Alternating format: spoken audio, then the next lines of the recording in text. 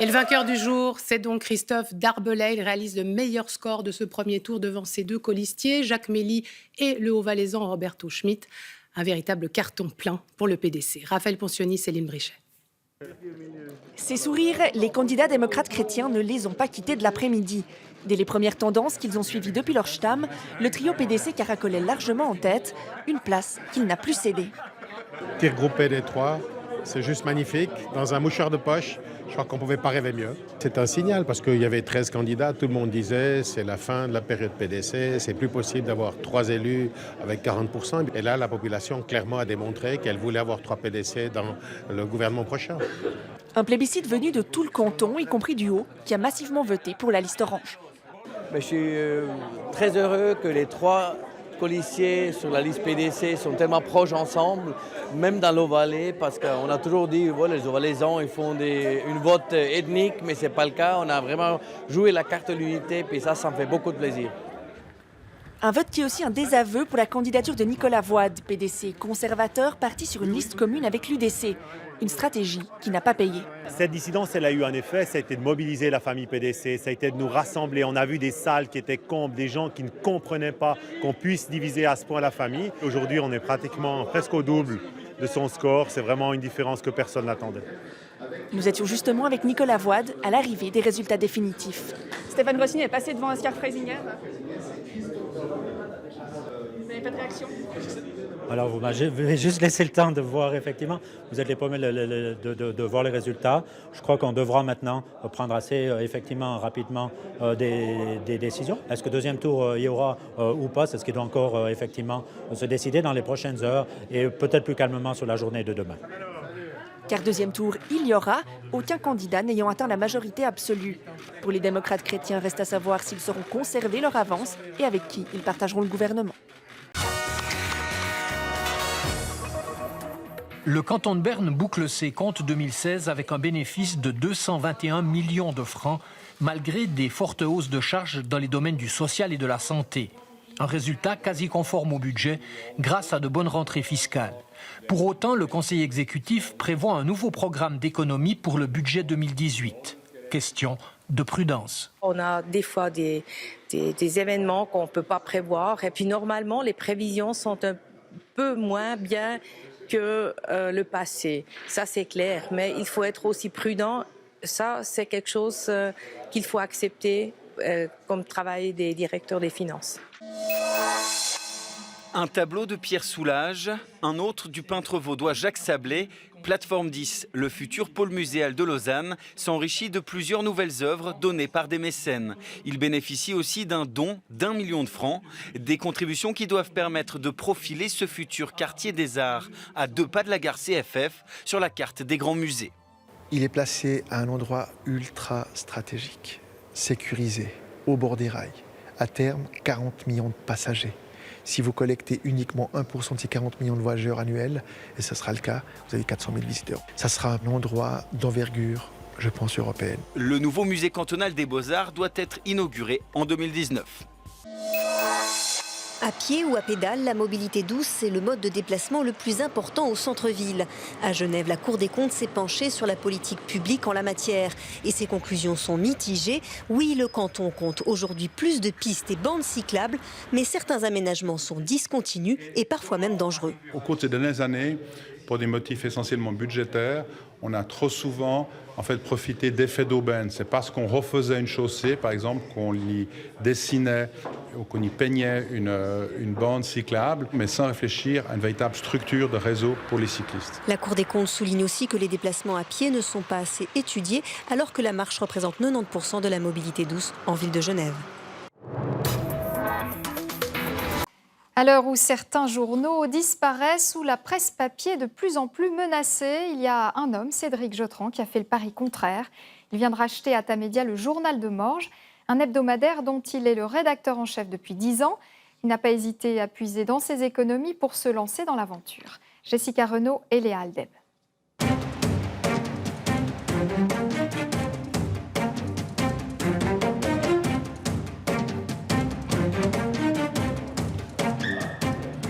Cédric Jotran est un homme très occupé. On va peut-être faire juste le briefing avant le bouclage, là, qu'on sache un peu. Depuis le 1er novembre, il est rédacteur en chef du journal de Morges, mais surtout son nouveau propriétaire. Alors Loïc, ces programmes pour les salaires, c'est... Un défi de taille pour cet enfant de la région, aujourd'hui à la tête d'une entreprise de 10 personnes où il faut tout gérer. C'est ça qui fait le charme, hein, vous devez vous occuper de tout. C'est vous qui allez chercher, comme par exemple on a vu qu'il y avait du papier qui était en action dans un magasin, on est allé vite, on en a acheté quelques dons, donc pour ma voiture j'y vais. Des employés aussi donnent le coup de main. On est à 2-3 heures du bouclage, je vois qu'on a bien avancé mais qu'il y a encore quelques trous. C'est quoi, mais le journal de Morges, c'est d'abord l'histoire d'une passion. Cédric Jotran y commence sa carrière avant d'y revenir en 2007. Déjà rédacteur en chef, il redresse les finances et équilibre les comptes. Mais cela ne suffit pas. Tamedia veut se débarrasser de ses journaux régionaux. Cédric Jotran réfléchit alors à un rachat. C'est presque quelque chose qui s'est fait naturellement. J'ai vraiment la passion de ce travail, de cette région. C'est ma région, j'y habite en plein cœur. Sur les 13 romans, il y en a 5 qui viennent du gymnase de Morges. D'accord, ouais. Alors ça c'est un bon sujet, c'est clair, avec une jolie photo. C'est une région de 75 000 habitants, le district de Morges. Il doit avoir une voix pour en parler, pour le représenter, parfois soutenir ses manifestations, parfois pointer du doigt ce qui ne va pas très bien. Mais il faut que dans chaque région, on ait un espace d'expression pour raconter la région. Après plusieurs mois de réflexion, Cédric Jotran se lance dans l'aventure. Il y met ses économies, mais surtout il a 5 ans pour racheter le journal. Alors il prend son bâton de pèlerin pour trouver de l'argent. Au début, certains m'ont pris pour un fou, c'est sûr, mais petit à petit, ils ont vu que le projet se montait. Et puis, dès qu'en fait, j'ai vraiment pris l'initiative d'y aller, alors des gens ont commencé à se renseigner et ont accepté de me suivre dans l'aventure. À commencer par la Fédération vaudoise des entrepreneurs. Dès le départ, son directeur soutient le journal en lui assurant un certain volume de publicité. Je crois qu'au jour de la globalisation, je crois que les jeunes ont besoin d'avoir des racines et des repères. Et puis c'est vrai que d'avoir des repères une fois par semaine au niveau de l'information régionale, je pense que c'est juste l'élément qu'il faut. C'est la petite touche qui va bien. Mais l'aide la plus importante viendra des communes voisines. En quelques mois, Cédric Jotran rassemble 100 000 francs grâce au soutien des autorités locales, comme ici à Launay. C'est vraiment là qu'on trouve toutes les informations de la région, du village. Aujourd'hui, le journal va bien. Personne n'a quitté le navire. Au contraire, Cédric Jotran peut compter sur le soutien de ses employés et surtout de sa femme. Je vais m'occuper de tout ce qui est gestion des abonnements, des salaires, surtout de l'administratif, mais pas du tout du rédactionnel. L'avenir s'éclaircit donc pour la petite rédaction. Elle vient même de signer une collaboration payante avec 24 heures pour couvrir la vie locale. La rédaction du Journal de Morges apporte un enracinement local, une connaissance du terrain qui est encore plus fine. Donc ça, c'est tout bénéfice. Des nouveaux revenus des investisseurs locaux. À l'heure d'imprimer son journal, Cédric Jotran a presque gagné son pari. Comme on est passé quand même pas loin peut-être d'une fin dans un journal tel que celui-là, l'avoir dans les mains chaque vendredi et puis de recommencer pour la semaine d'après, c'est une source de motivation et c'est vrai, une petite victoire chaque semaine. Désormais, son prochain défi, c'est le lectorat. Avec 6 000 abonnés, le journal n'a pas beaucoup de marge. Il doit encore attirer des lecteurs pour assurer sa survie à long terme. Et c'était la première conférence annuelle du nouveau président de la Poste, Urs Schwaller, pilier historique de la politique suisse, 64 ans, ancien conseiller d'État, ancien conseiller aux États, parfait bilingue, figure du PDC. Urs Schwaller doit gérer les changements. Monsieur Schwaller, bonsoir. Voilà, bonsoir. Vous êtes un peu un padron de la politique suisse. Franchement, la question, évidemment, ce sont ces centaines d'offices postaux qui vont fermer. Est-ce que ça ne donne pas un peu mauvaise conscience ? Bon, tout d'abord, si nous faisons du bénéfice, c'est pour le réinvestir, y compris dans le personnel. Et nous transformons, nous ne fermons pas uniquement des bureaux postaux. Et puis, on va même augmenter le nombre des agences de 300. On aura 4000 points d'accès à la Poste suisse. Pardon, ce sont des services en moins. Ce sont des services en moins. On a entendu ces personnes qui le disaient dans le reportage. Ils ont un service en moins, du lien social en moins. Pour un politique comme vous êtes, franchement, c'est pas gênant. Oui, mais nous avons discuté maintenant avec tous les cantons. Nous avons terminé ce premier round. Et il y a une semaine, nous avons annoncé que nous avons amélioré notamment les possibilités de faire aussi des versements dans les agences.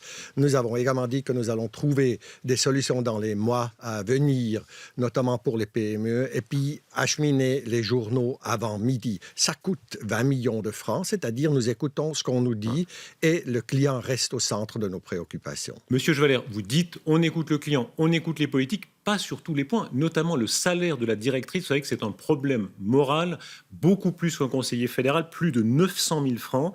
Est-ce que vous allez remédier à ça ? Le Conseil fédéral qui représente le propriétaire, c'est-à-dire la Confédération a fixé les règles, il y a le salaire de base, le bonus ne peut pas dépasser les 50% et puis les prestations annexes 10%. D'ici à la fin de l'année, nous aurons réglé le problème. Le problème à la Poste n'est pas insurmontable, les discussions sont en cours et puis nous allons le faire. Ouais. Il n'y a pas quelque chose d'indécent. Franchement, la Poste suisse, c'est pas Goldman Sachs, la prise de risque de Mme Ruoff, gagner plus de 900 000 francs, moralement. Il faut comparer ce qui est comparable. Nous avons besoin des gens qui ont aussi de l'expérience sur le plan international. Il faut comparer ces salaires avec les salaires qui sont payés dans les multinationales qui directement nous font concurrence à la Suisse et puis qui commencent à livrer des paquets jusqu'à la porte. Donc, nous avons besoin dans tous les domaines de la Poste, et puis tel est le cas aujourd'hui, des gens qui ont cette expérience. Urs Schwaller, merci. Merci. Le 16 avril, le président turc Recep Tayyip Erdogan espère remporter un référendum qui doit renforcer ses pouvoirs à la tête de l'État. Après un putsch manqué cet été, son parti, l'AKP, cherche à mobiliser ses soutiens, y compris au sein de la diaspora turque en Europe. Mais ces rassemblements suscitent la crainte des autorités. En Suisse aussi, les représentants du parti du président Erdogan ont joué au chat et à la souris avec les autorités à Zurich et en Argovie aujourd'hui. Sur place, nous retrouvons Anne Fournier. Anne, journée décidément très mouvementée. Oui, Pierre-Olivier, on peut parler d'une journée mouvementée puisque cette réunion électorale avec un représentant de l'AKP venu d'Istanbul était d'abord prévue à Zurich-Affoltern. Mais les autorités de la ville ont interdit cette rencontre annoncée comme une fête de famille. L'organisateur, soit l'Union des démocrates turcs européens, qui fait campagne pour le référendum du 16 avril, a donc changé d'adresse et fixé rendez-vous dans ses propres locaux à Spreitenbach, dans leur canton d'Argovie. Mais là aussi, en milieu d'après-midi, changement de programme, puisque un nom a émané de la part des autorités cantonales et de la police pour des motifs de sécurité. Alors ce soir, les organisateurs de ce meeting que j'ai pu contacter n'excluaient pas la venue de ce représentant de l'AKP, mais ne pouvaient pas ou ne voulaient pas donner de nouvelles adresses. Anne, en toile de fond, il y a la venue annoncée du ministre des Affaires étrangères turc lui-même à dimanche, Zurich, premier rassemblement annulé par un hôtel. Est-ce qu'on en sait plus ce soir ? Là aussi, tout reste pour l'heure très flou. On sait que la Confédération a donné son feu vert malgré les inquiétudes manifestées par le canton de Zurich, notamment face à d'éventuels débordements. Un canton de Zurich qui aujourd'hui est resté muet sur cette question. Or, ce soir, le département des Affaires étrangères ne disposait pas de précisions supplémentaires quant à une nouvelle adresse pour la venue du ministre turc. Alors oui, on peut dire que la situation reste floue, surtout que du côté de l'ambassade turque en avance cette visite comme toujours au programme, mais aujourd'hui sans garantie. Donc oui, une situation très floue, reflet sans doute d'une certaine tension ambiante. Merci Anne.